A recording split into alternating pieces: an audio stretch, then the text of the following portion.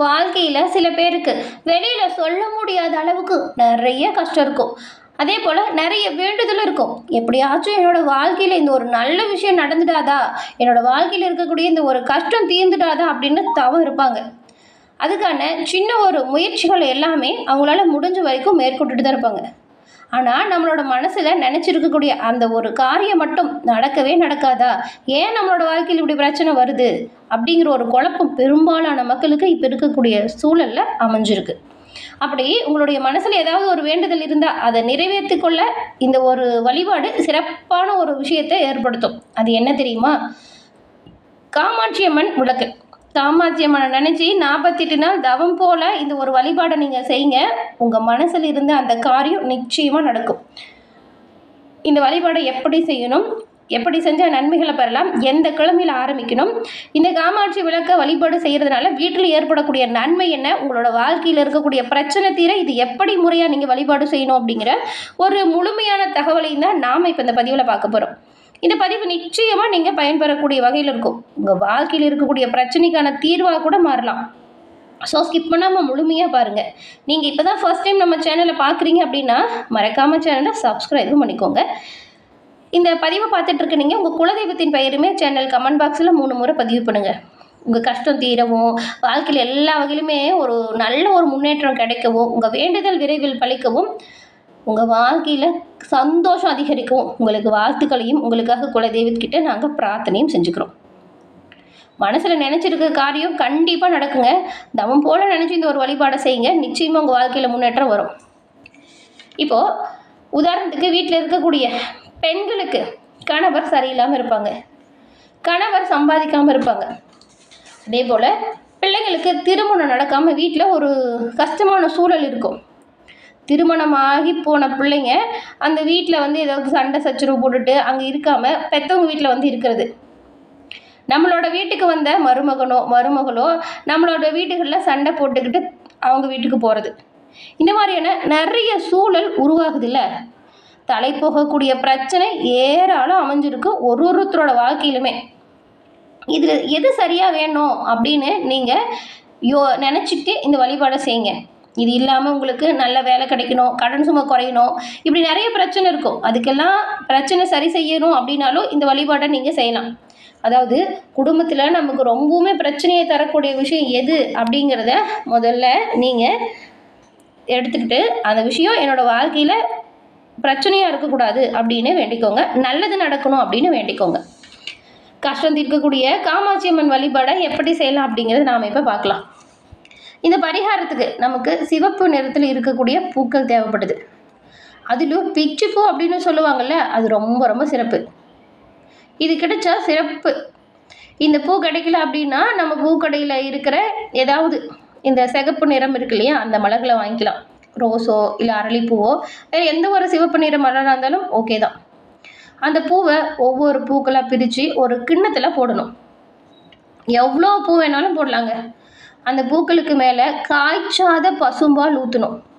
கொஞ்சமாக ஊற்றினாலுமே போதும், 1 ஸ்பூன் அளவு. இப்போ அந்த பூவை வச்சு காமாட்சி அம்மனை வழிபாடு செய்யணும். பூஜை அறையில் காமாட்சி அம்மன் விளக்கு ஏற்றி வைக்கணும். முதல்ல காமாட்சி அம்மன் திரு உருவப்படம் இருந்துச்சுன்னா அதை எடுத்து வச்சுக்கோங்க. அதை சுத்தம் பண்ணிவிட்டு மஞ்சள் குங்குமம் வச்சு அலங்காரம் பண்ணிக்கோங்க. அந்த கிண்ணத்தில் பசும்பால் ஊற்றணும்ல, அந்த பசும்பாலில் நனைக்கப்பட்ட பூக்கள் இருக்குல்ல, அதில் ஒவ்வொரு பூவாக எடுத்து அந்த காமாட்சி அம்மன் விளக்கிற்கு அர்ச்சனை செய்யணும். அது எப்படின்னா, ஓம் காமாட்சி அம்மனே போற்றி, ஓம் காமாட்சி அம்மனே துணை, இந்த மந்திரத்தை நீங்கள் உச்சரித்து வழிபாடு செய்யணும். இப்படி வழிபாடு செய்யும்போது காமாட்சி அம்மனை மனசில் நிலை நிறுத்தி உங்களோட மனதில் இருக்கக்கூடிய கோரிக்கையை வச்சு இந்த பூஜையை தொடங்கணும். இந்த ஒரு விஷயத்தை தொடர்ந்து 48 நாள் காமாட்சி அம்மன் சிவப்பு பூ கொண்டு வழிபாடு செஞ்சீங்க. நீங்கள் வேண்டிய வரன் கிடைக்கும். நிச்சயம் வாழ்க்கையில் உயர்வு வரும். பிரிஞ்சு போன தம்பதிகள் ஒன்று சேருவாங்க. வீட்டில் சண்டை போட்டு போன மருமகளும் கிட்ட பேசுவாங்க. உங்களோட பிள்ளைங்களுமே அவங்க வீட்டில் போய் வாழ்வாங்க. செல்வ நிலையில் பிரச்சனை, கடன் தொல்லை, குடும்பத்தில் தீராத கஷ்டம், இது எல்லாமே மாறும். எதெல்லாம் பிரச்சனை அப்படின்னு இருந்துச்சோ அது மாறுங்க, நல்லது நடக்கும். இந்த பூஜை எப்போ செய்யணும் அப்படின்னு பார்த்தா 48 நாளுமே பிரம்ம முகூர்த்த நேரத்தில் இந்த வழிபாடை செய்கிறது ரொம்ப ரொம்ப சிறப்பு. அப்போ தான் செய்யணும். நீங்கள் காமாட்சி அம்மன் கண்ணில் படக்கூடிய ஒரு அம்சத்தை இந்த வழிபாடு ஏற்படுத்துது. அன்னையோட பார்வை உங்கள் மீது நேராக விழும். உங்கள் குடும்பத்தில் சுபிட்சம் உண்டாகும்.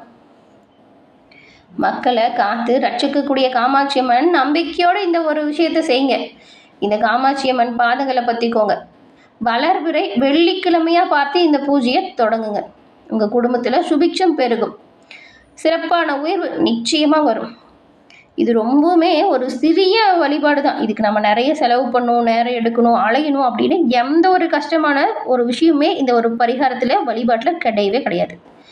வளர்பிறையில் வரக்கூடிய வெள்ளிக்கிழமையிலிருந்து இந்த பூஜையை தொடங்குங்க. தொடர்ந்து 48 நாள் ஓம் காமாட்சியே துணை, ஓம் காமாட்சி அம்மனே போற்றி இந்த மந்திரத்தை உச்சரித்துட்டு நீங்கள் வழிபாடு செய்யணும். ஒரு கிண்ணத்தில் சிவப்பு நிற மலர்களை பிச்சு போட்டு அதில் பால் ஊற்றி காமாட்சி அம்மன் புகைப்படத்தை சுத்தம் பண்ணி நீங்கள் இந்த தொடர்ந்து 48 நாளும் அந்த பூக்களால் அர்ச்சனை செய்து வழிபடணும். அப்படி காமாட்சி அம்மனை வழிபாடு செய்யும் பொழுது காமாட்சி விளக்கு ஏற்றப்பட்டு வழிபாடு செய்கிறது அது அற்புதமான நன்மையை உங்களுக்கு ஏற்படுத்தக்கூடியதாக அமையும். காமாட்சி விளக்கு அப்படிங்கிறதுமே செல்வத்தையும் ஐஸ்வர்யத்தையும் தரக்கூடியது. இந்த விளக்கு தினம்தோறும் ஏற்றுவதும் செவ்வாய் வெள்ளிக்கிழமையில தூய்மையாக வச்சு நல்லெண்ணெய் அல்லது பசுனை ஊற்றி கிழக்கு நோக்கிய திசையில் வைத்து வழிபடுறதும் ரொம்ப ரொம்ப சிறப்பானதாக இருக்கும். காமாட்சி விளக்கு எப்படி ஏற்றி வழிபாடாக செஞ்சால் நன்மையை பெற முடியும் அப்படிங்கிறதையுமே நாம் இப்போ விரிவாக பார்க்கலாம். இப்போ நீங்கள் இன்றைக்கி வெள்ளிக்கிழமை செவ்வாய்க்கிழமை விளக்கு வைக்கிறீங்க அப்படின்னா அதுக்கு முன்னாடி நாளே விளக்கை தூய்மையாக்கி கழுவி மஞ்சள் குங்குமம் பொட்டு வச்சு அதை அலங்கரிக்கணும். விளக்கோட அடிப்பகுதி இருக்குல்ல, அதை அப்படியே நேராக தரையில் வச்சு விளக்கேற்றக்கூடாது.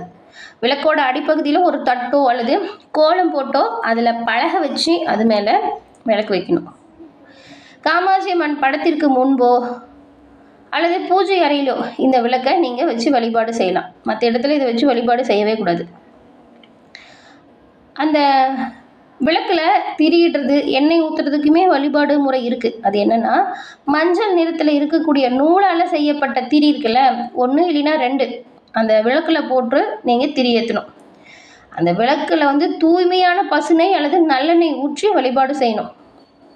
எண்ணெயோட கொஞ்சமாக இந்த பச்சை கற்பூரம் இருக்குல்ல, அது ஒரு கிராம்பு, ஒரு சின்ன அளவு ஒரு துண்டு பட்டை, இது சேர்க்கறது கூடுதலான பலனை தரும். நம்ம வீட்லேயுமே நேர்மறையான ஆற்றலை அதிகரித்து தரும். இது ரொம்ப சின்ன விஷயம் தானே. இது எல்லாமே நம்மக்கிட்ட இருக்கிறது தான். எப்பவும் போலவே விளக்கேற்றதுக்கு முன்னாடி தான் க்ளீன் பண்ணுவோம். பூஜை அறை க்ளீன் பண்ணி வைப்போம். அந்த விளக்கில் நீங்கள் ஞாபகம் வச்சுக்கோங்க, மஞ்சள் நிற திரியை பயன்படுத்துறது சிறப்பு வாய்ந்ததாக இருக்கும். அப்படி அந்த எண்ணெயிலையோ நெய்யிலையோ கொஞ்சம் பச்சை கற்பூரம், ஒரு கிராம்பு, அதுக்கப்புறம் ஒரு சின்ன துண்டு பட்டை, இதை போட்டு வழிபடுங்க. அந்த நறுமணம் பாருங்கள் வீடு முழுக்க நல்லா பரவும். இதில் நேர்மறையான ஆற்றல் அதிகரிக்கும், எதிர்மறையான ஆற்றல் உங்கள் வீட்டை விட்டு வெளியே போகும். விளக்கேற்றக்கூடிய முறை அப்படின்னு பார்த்தா பெரும்பாலும் கிழக்கு திசை நோக்கி விளக்கேற்றுறது ரொம்ப ரொம்ப சிறப்பு. கிழக்கு திசை முடியல அப்படின்னா வடக்கு திசை கூட ஓகே தான். ஆனால் ஞாபகம் வச்சுக்கோங்க, ஒருபோதும் தெற்கு பக்கம் மட்டும் நீங்கள் விளக்கை வச்சு வழிபாடு செய்யக்கூடாது. அது காமாட்சி விளக்கு மட்டும் இல்லை, எந்த ஒரு விளக்குமே தெற்கு பக்கம் நோக்கி விளக்கேற்றி வைக்கக்கூடாது. பெரும்பாலும் கோயிலில் கூட இந்த விஷயத்தை பார்க்க மாட்டாங்க. ஆனால் கோயிலையுமே போனால் தெற்கு பக்கம் வச்சு விளக்கு ஏற்றாமல் வழிபடுறது நல்லது. கிழக்கு மேற்கு இது நல்லதாக இருக்கும். கிழக்கு திசை நோக்கி விளக்கு ஏற்றுவது ரொம்ப ரொம்ப சிறப்பது. கிழக்கு திசை முடியல அப்படின்னா வடக்கு திசை நோக்கி விளக்கு ஏற்றலாம். ஆனால் ஒருபோதும் தெற்கு திசை நோக்கி விளக்கேற்றக்கூடாது. ஞாபகத்தில் வச்சுக்கோங்க. அதே போல் விளக்கேற்றும் போது இப்போ கோயிலுக்கு போகிறோன்னு வச்சுக்கோங்களேன், அங்கே விளக்கேற்றும் போது வேறு விளக்குலேருந்து தீயை எடுத்து காமாட்சி விளக்கை நம்ம ஏற்றவே கூடாது, வேறு விளக்குமே ஏற்றக்கூடாது. இது ஒன்று ஞாபகம் வச்சுக்கோங்க. அப்புறம் நேரடியாக அந்த ஊதுபத்தி வச்சுமே விளக்கேற்றக்கூடாது, வீட்லேயும் சரி கோயிலையும் சரி. அதுக்கப்புறம் வீட்டில் நம்ம விளக்கேற்றி வழிபாடு சொன்னோம்ல, அப்போ வழிபாடு என்ன மாதிரியான மந்திரத்தை பயன்படுத்தலான்னு பார்த்தா, விளக்கேற்றிய பிறகு அம்மனுக்குரிய மலர்களை வச்சு சமர்ப்பணம் செய்து சொன்னோம்ல, இந்த சிகப்பு நிற மலர் ரொம்பவுமே சிறப்பு வாய்ந்ததுன்னு. அதை மலர்களை வச்சு விளக்குக்குமே நம்ம அர்ச்சனை செய்யலாம். தூபம் தீபம் காட்டி நிவேதனமாக நம்மளால் என்ன முடியுதோ அதை பண்ணலாம். சர்க்கரை, கல்கண்டு, இல்லைன்னா இந்த கடலை, கொஞ்சம் நாட்டு சர்க்கரை, இந்த மாதிரி நம்மளால் என்ன முடியுதோ அதை வைக்கலாம். நம்ம வீட்டில் என்ன ஒரு பழம் இருக்கும் அதை கூட எடுத்து வச்சு நெய்வேத்தியமாக வழிபாடு செய்யலாம். எதுவுமே இல்லை அப்படின்னு சொன்னால் கூட கொஞ்சம் பால் காய்ச்சி ஒரு கிண்ணத்தில் வச்சு வழிபாடு செய்கிறது ரொம்ப ரொம்ப சிறப்பு. நம்மளால் என்ன ஒரு விஷயம் முடியுதோ, நம்மக்கிட்ட என்ன இருக்கோ அதை வச்சு வழிபாடு செய்யலாம். இந்த ஒரு விஷயம் கண்டிப்பாக காமாட்சி அம்மனின் அருளை வாழ்க்கையில் உங்களுக்கு ஏற்படுத்தும். வாழ்க்கையில் இருக்கக்கூடிய எல்லா வித துன்பங்களுமே உங்களை விட்டு நிரந்தரமாக ஓடும். காமாட்சி அம்மனை மனசார நினச்சிட்டு நீங்கள் செய்கிற வழிபாடு உங்கள் வாழ்க்கையில் சிறப்பான உயர்வையும் நன்மையும் கண்டிப்பாக தரும். அது அற்புதமான சிறப்பான உயர்வை தரக்கூடிய இந்த ஒரு விஷயத்தை தவறாமல் நீங்கள் செய்யுங்க. அதுக்கப்புறம் பாருங்கள், உங்கள் வாழ்க்கையில் இருந்த பிரச்சனைகள் கொஞ்சம் கொஞ்சமாக விலகிறத நீங்கள் கண்கூடாக காண முடியும். அன்னையின் பரிபூர்ண அருளும் கிடைக்க ஆரம்பிச்சிச்சுன்னா அந்த வீட்டில் நிச்சயமாக சுப நிகழ்ச்சி நடக்கும், காரிய தடை விலகும், அமோகமான வாழ்க்கை அமையும், செல்வ நிலை மேலோங்கும். அது அற்புதமான ஒரு தெய்வத்தின் வழிபாடு. இந்த விளக்கு வழிபாடு இது வந்து காமாட்சி அம்மன் தான். இதை தொடர்ந்து பண்ணுங்கள், வாழ்க்கையில் உயர்வு நிச்சயமாக வரும். இப்போ சொன்ன செயல்களை தொடர்ந்து செய்யுங்க, வாழ்க்கையில் உயர்வு அப்படிங்கிறது தானாக வந்து சேரும். என்ன நேயர்களே, இந்த பதிவு நீங்கள் பயன்பெறக்கூடிய வகையில் அமைஞ்சிருக்கும்னு நினைக்கிறோம்.